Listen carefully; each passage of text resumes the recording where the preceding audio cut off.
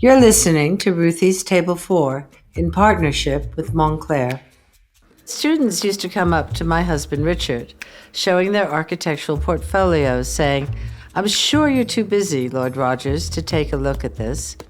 And his response was always, "I'm not busy at all." One of the busiest people I know is Dana Strong, CEO of Sky Group. She's one of the most powerful people in global media, leading a team of thousands across news, sport, film, and television. But somehow Dana always makes time for talking, for friendship, for her family, and for me. One of the most special things for me is breakfast with Dana at my home, in the kitchen table, sharing toast, coffee, stories. Our mutual friend, Tim Davies, Director General of the BBC, told me this morning that she's a rare American who truly gets the Brits. He says she has a European soul. Today, we're together at the River Cafe. I'm sure it's a busy day for her, and it is kind of busy for me too. But for now, I have all the time in the world to spend with this woman I adore, I respect, and I love. Oh, that's so nice. Thank you so much. It's such a pleasure to be but here. Don't you think how people always love to tell you how busy they are? And we are all running. And then they're the people who actually make you feel like they have all the time in the world. And that's you. We kind of get it rarely, that breakfast, but it's special when we manage it. We just do it. Or wherever we find each other, at a party or at you having lunch, you kind of hone in on the important things. And I'd love to talk about working and being a female, being a woman, the position you're in. Because again, you know, what Tim Davies said this morning is that there are a group now, which is very exciting, of women in media. How many people do you employ, do you know? How many people, like, globally or Sky? Yeah, it's about 35,000. 35,000, okay. I once sat next to Bob. I was having dinner with Bob Iger, and I said, "You know, Bob, I really employ a lot of people here at the River Cafe. It's really nice of you to give me your advice, but, you know, I'm kind of okay because I employ 145 people." And he went, I said, "How many do you employ?" And it was something like 220,000. Okay, Bob, anytime you want some advice.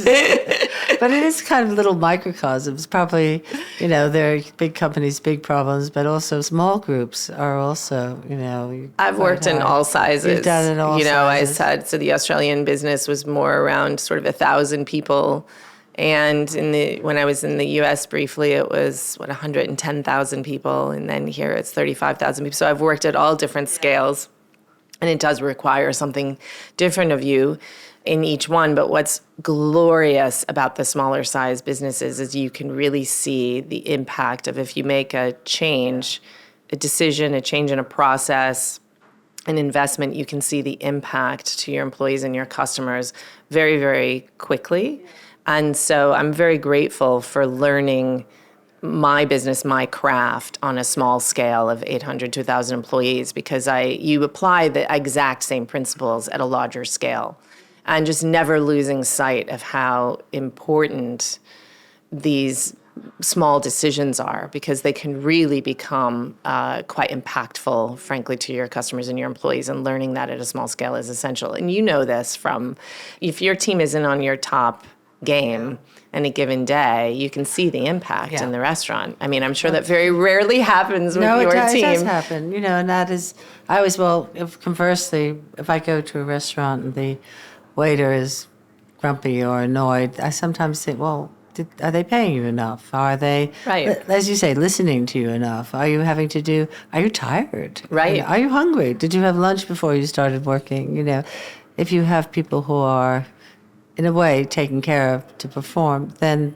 they perform as well, which is all, you can say it's good for them, it's good for us, but it's also good for business. It's also good for business. It's a kind of business skill. And I think we share that philosophy, really creating the right environments where people feel they can be their best selves and really thrive. That's the point of doing what we do, in my view, is creating these environments so that we bring the best out in people and allow them to really succeed and have wonderful, fulfilling lives. Like that is the joy. It is about what we do. Yeah, I love mentoring young talent. I love mentoring some of the folks on my team and helping to create future leaders. You know, everybody needs something different, I guess you would say. So what I like to do is help tune into their brains. I like to understand how their thinking process works and also understand what they're really good at and what's an objective to develop. And help to explain, you don't have to be good at everything, actually, but you do have to understand where some of your weaknesses are so you can hire around that or challenge yourself. If that's just a muscle that isn't going to develop as good as some of your other muscle memory, that's okay, but you have to then hire around, get the skill sets. So you've got a diverse team of skills around you. So I really like to hone in on the person and understand what is their ambition, where do you see yourself in 5 to 10 years, and more like your lifestyle, like even your family, the whole package, because we can all say what the target job is, but that's rather silly, actually, chasing a title. Actually, it's what does the picture of your life look like? You know, what's happiness for you? And then let's kind of sit back and talk about how we can help create that for you. What are the things you would need to learn or put in place, experiences you would need to have in order to have that picture for your life? You are there as the woman that we're looking at who can run this empire and create new shows and do new things with sport. And how does food play into that role? So in the day, how food fits in for me is it's just fuel until I get home from work. And I need to make sure that I'm not having something that's going to weigh me down or make me sleepy. And so my lunch is the same every day. I make homemade chicken soup. I make it, and then we kind of put it in containers, and I take it into work. And then a fresh tossed salad and sliced avocado. And so I do this, I make homemade chicken soup, and we do the same thing every day. Do you have breakfast? Yeah, for breakfast, it'll either be like a protein kefir yogurt or a protein shake or something super simple, but always a bowl of blueberries. I always have blueberries and nuts kind of hanging around so that you can and sliced apples, so you can just kind of do that all day long. And so I really think about my Monday to Friday is making sure that I can stay focused and I can stay alert and really present. And so I don't have ceremonial meals, I guess you would say, during the day. It's really all about the dinners. If somebody's in town from somewhere, New York or Texas or wherever you are, and they say, can we have lunch? Yes. Do you say yes, or do you say let's have the meeting and not lunch? I will usually move it to a breakfast, if possible. And if we have lunch, it's literally always at the River Cafe. Oh. And I'm honestly we should make sure we have chicken soup. Because we should have chicken soup and salads. Note to self, we're going to make what I'll do. Well, actually, we always do have chicken soup. So I'll always have the risotto. If I'm here, I'll do a sort of whatever salad kind of light food you have to start with, and then I'll do a risotto, and that's my lunch hack if I'm at the River Cafe. Today, you actually made a recipe that you chose, which was a nettle risotto, which you had yesterday for lunch. Would you like to read the recipe? Nettle risotto with taleggio. So we would do 300 grams of nettles, 200 grams of unsalted butter, 1 red onion, peeled and finely chopped, 1 head celery, finely chopped, and a garlic clove, peeled and finely chopped, 300 grams of risotto, and 200 mils of Suave Classico, 750 mils of warm chicken stock, and 250 grams of taleggio cut into cubes, 1 centimeter. And the way you put it together is you do, in boiling water, cook the nettles for about 4 minutes, drain and pulse them so they get into a smooth paste. And in a large pan, you melt half the butter, gently fry the onion, celery, and garlic until they're translucent, and then a little bit of season. Add the rice to this and fry for about 5 minutes. Add the wine and let it become absorbed by the rice before adding the stock, a ladle at a time. And then it's key to slowly stir until the stock is absorbed and the rice is cooked. And this will take about 15, maybe 20 minutes. And when the rice is all cooked, you season and stir in the nettle puree, add the cubes of taleggio, stir it until it all melts, add some olive oil on top if you like, and serve. Thank you. Thank you. Good. I always order the risotto here. It's just, it's just absolutely my favorite. It is a process. Funny enough, I used to find when I would come back from work and everybody would say, sit down, and relax. I'd find actually sometimes making a risotto, if as you said, if the onions were chopped and you had the herbs, everything ready and the stock boiled, that because of that process that you have to do it step by step, you ladle the chicken stock in, and it kind of relaxes you. It's a nice transition, actually, from work to home, that process Sometimes of it. Sitting down, do you find that sitting down after work, I don't know, somehow it doesn't happen right away? It's better to have a transition moment. Bit, Whether it's going for a walk, a workout, making a little something in the kitchen, but something to sort of break the cycle. That time. What time do you usually get home? Is it always different hours? It's always different. Yeah. I tell you, it's always different. It's anywhere from 6 to midnight and anywhere in between, just depending on whether I'm at a game or whether I'm home for family dinner. Monday nights is sort of my ritual. So we're home for Monday night family dinner every Monday. Tell me about Monday night family dinner. Monday night family dinner. So I am a very predictable eater on Monday nights. I like roast chicken. Roast chicken is my favorite food, I think, on the planet. And so we Did you grow up with roast chicken? Is it a memory or is it? Actually, my memory is a little bit more veering towards Italian food because my dad was an Italian chef. And so I don't mean as a living, I mean as a hobby. And so all of my food memories from youth are fancier than that. Because my dad would magic up, whether it was veal saltimbocca or homemade fettuccine Alfredo or... My favorite, I still remember when I was 11 years old, my dad made duck consomme one night, and I can honestly still taste it. It was just so special. It was really, really extraordinary. He used to make this homemade sausage bread, too. It was like homemade bread with swirls of homemade Italian sausage kind of through it. So at every slice, it was like the savory treat. It was extraordinary. Yeah, we really were very lucky. What was his job? What did he do as a career? Dad ran a hospital pharmacy. And so, we lived in Chicago at that time, and so he was the hospital administrator that controlled all of the pharmaceuticals and all of the drugs, and I would go help him a couple days a year to, stuff envelopes and do the thing that you do when you're following your dad to work. And cooking was the way that he expressed his creativity and his love. And do you think he ever wanted to be a chef? Absolutely. Really? Absolutely. Absolutely, he wanted to be a chef. I think when my grandmother was a chef, my grandmother had her own catering business. And my dad just grew up in the kitchen, always loved cooking. And he had his own garden.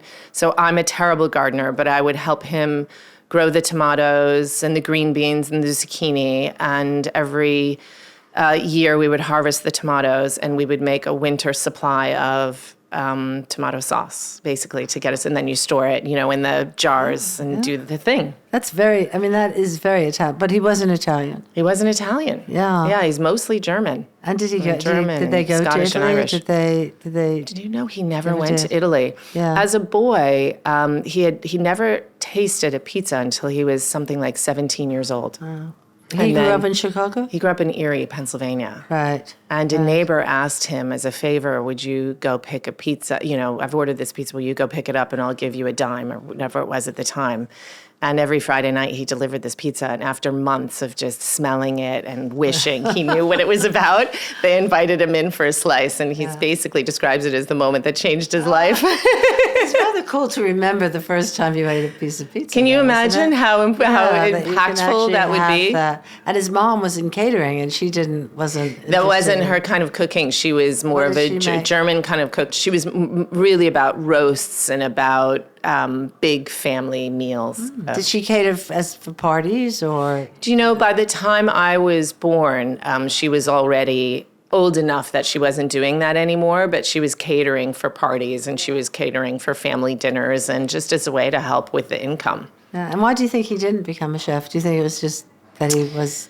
It's funny. I think it was, that American dream and always striving for the next thing. And so my grandfather worked in the GE plant and my grandmother helped, had catering to help with it. And I think Dad's dream was you take it that next step. And so my mom and Dad met at pharmacy school. Actually, my mom was the first one to go to university in her family. So great for your mom. Did she cook? To have a husband, I was going to say, that loved cook. So Mom could cook, but Dad Dad really was the one. If you were having a special meal, it was Dad. It was Dad. My mom's specialty was homemade apple pie. Oh. She could make an amazing apple pie. Yeah. Did she leave you the recipe? She did not. It was always in her head. And it's one of those things that you always think you're going to have more time. Yeah, do.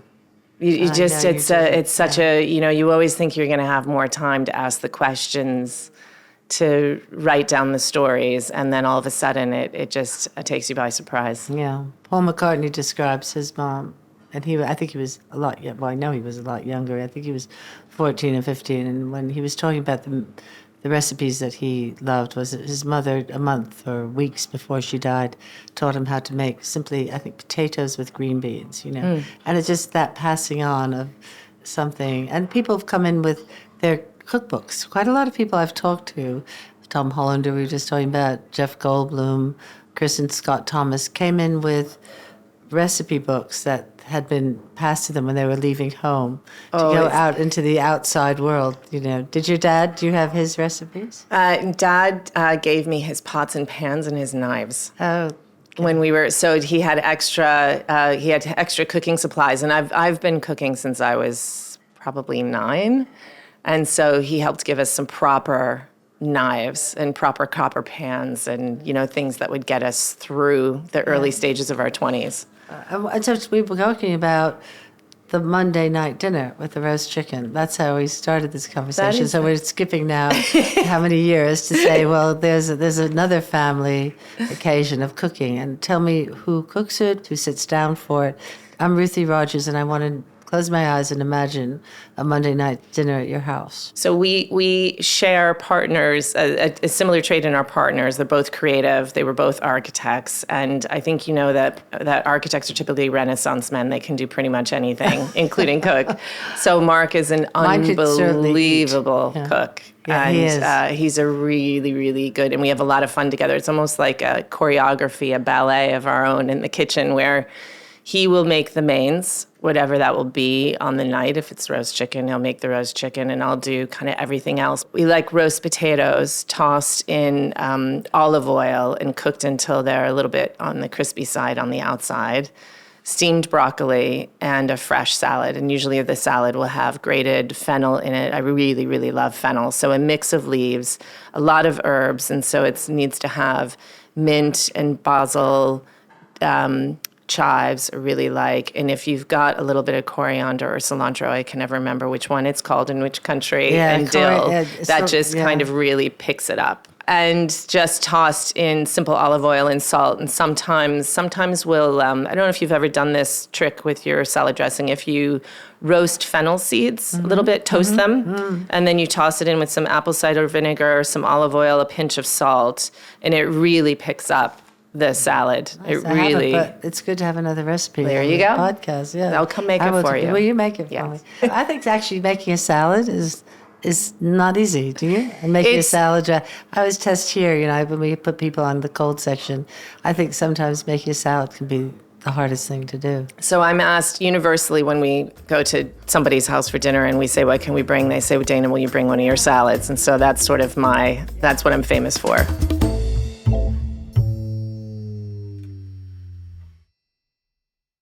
Did Mark woo you by his cooking? Was that part of his? Because we think it's quite sexy for men to cook, don't we? I mean, maybe we're not anymore. We used to, because now every man cooks. But there was a sort of, I've also, again, talked to people who say they can remember the first meal that their boyfriend or girlfriend cooked. So believe it or not, Mark and I started dating when I was 18. Mm-hmm. And so we didn't really have access to a kitchen for which he could. College, so right? we were in college, and a very close friend of mine honestly set us up on a blind date, believe it or not. And then we've been together ever since. And was cooking, was it a big deal then? It became a big deal in our 20s. Once we were working, and so we had spare change to go out to have a meal. And where were you living at the time? We were living in Cambridge, Massachusetts, because he was going to graduate school. And I was architecture. For architecture, and I was so lucky because I was surrounded then with architects. So I was working, and the weekends we would get to have so much fun making meals, and all of them the could weekends. cook. Yeah, we would cook on the weekends, and then we'd go out to a bar and have some fun in the city. And it was just a really fun time in our life. And that was your college years. That was my 20s. That was when my college years. We were in Philadelphia actually.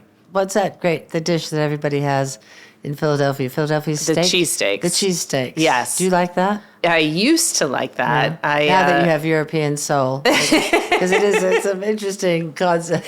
Cheese is both cheesesteaks and French fries with cheese on the French fries. A lot of cheese. Yeah, a lot of cheese. Yeah, interesting. It's actually delicious. It's delicious. It really is delicious. I've never had one. It's really, you're going to have to come to Philadelphia. I'll take you to cheesesteak. Do they have it outside? Yeah. Yeah. It's interesting how in America, we always think about Italy and France being so regional in terms of what you'll have in the south of France, the north of France, or the west of France, or Italy, certainly.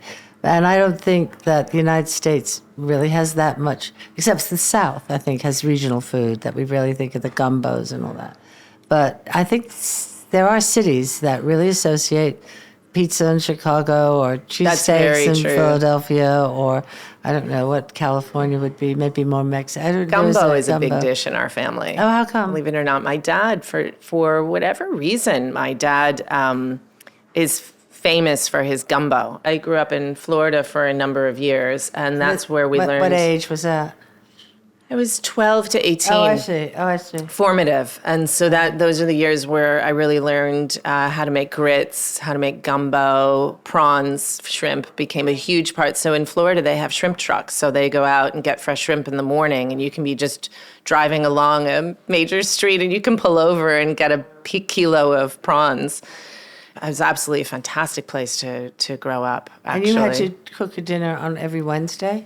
So my family, we all kind of shared responsibilities, and I was particularly willing to do so because I would then sometimes, my mom would give me $1, and I just really, frankly, enjoyed saving up money and then buying the things that I wanted to buy. So every Wednesday night was my night. For me, it would have been one of my favorite things to cook was a slow-cooked chicken meal where you had the rice uncooked on the bottom of the roasting pan, and then you had sort of quarters of chicken cooked on top with some chicken stock and flavoring, and you just put it into slow cook for a couple of hours, and then all you had to do is steam some vegetables, and it's super easy. But did your brothers have a day a week? I mean, all three of you?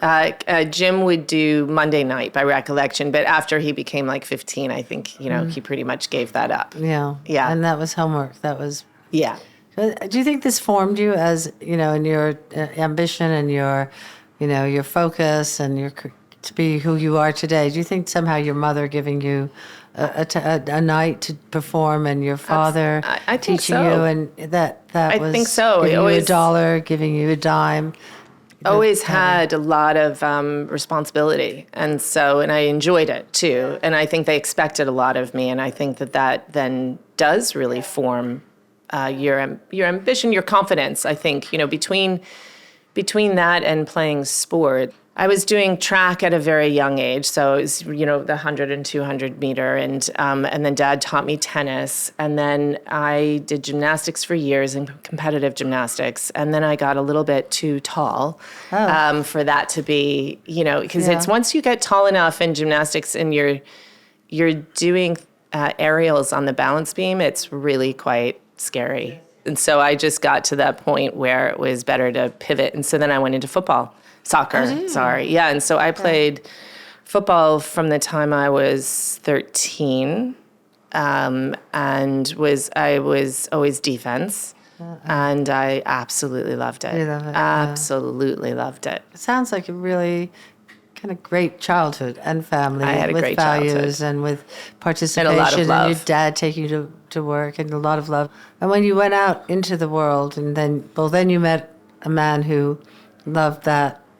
But did he come from a very strong family as well? Mark grew up in the Midwest, and he has a family of 5, so 3 boys, and then mom and dad.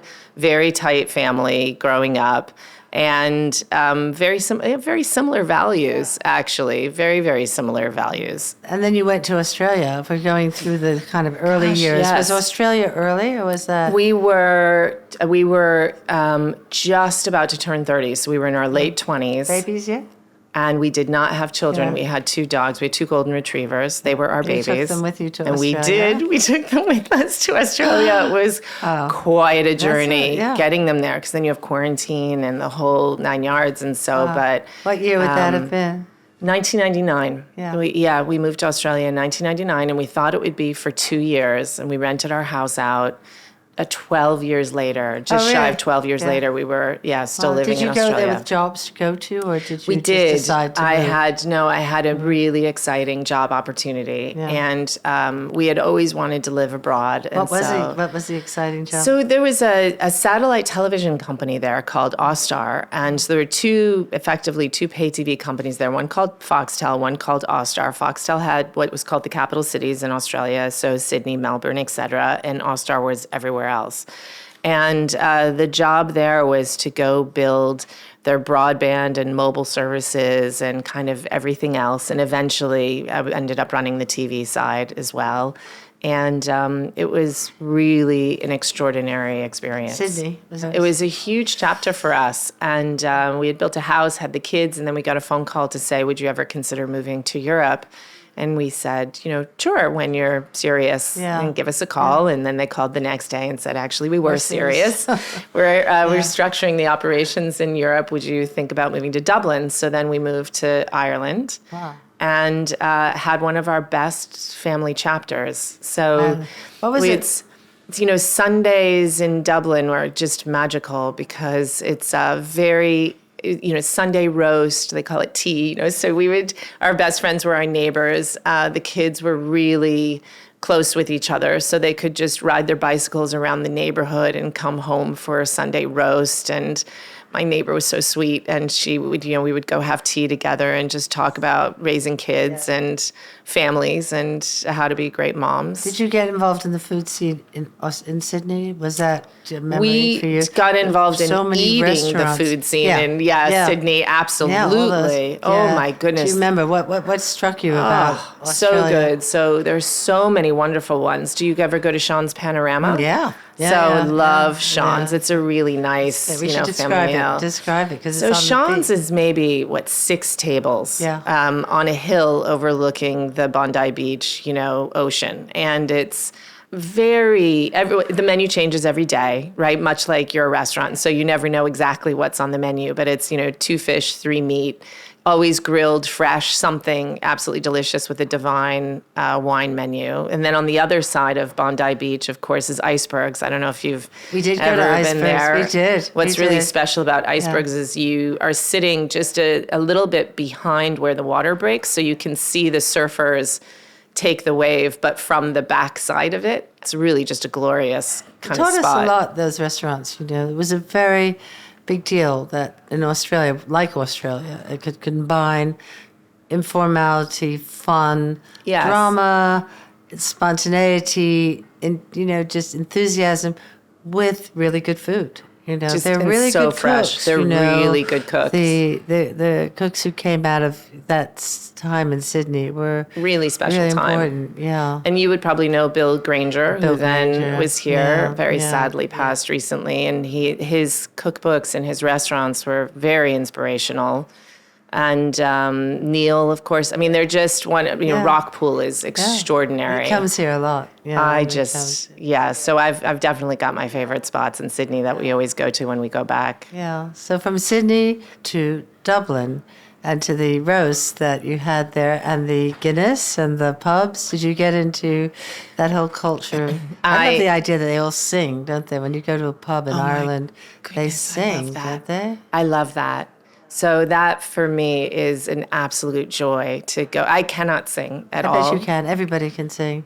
I'm sure I could be when you play taught the to sing, but I don't have the confidence to do so for sure. But I would love going to the Temple Bar area and just sitting in a bar for a sing-along on a Saturday night. So Mark and I always went on date night on Saturday night, and then we would go try and find. What was the food like? And It's fantastic. So the food scene was really coming along at that time in Dublin. So there was a couple of new restaurants that came about then. Fade Street Social. I don't know if you've kind of heard of that. Modern cooking, very vibrant. And of course, there's some really nice restaurants like Chapter One, and if you really want, a very special meal. And so we would always start our night at the Shelburne Hotel. Yeah. And if you, for a cocktail at the Shelburne Hotel ceremoniously, and then we would just kind of walk around and try and figure out what restaurant to duck into.